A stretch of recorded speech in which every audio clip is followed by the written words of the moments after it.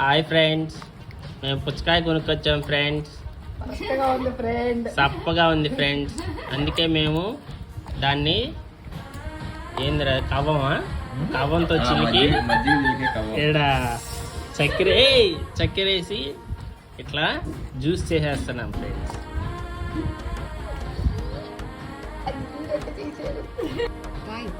చూడండి ఫ్రెండ్స్, ఇలా చక్కెర తీసుకొని ఇలా వేసేయాలి ఫ్రెండ్స్.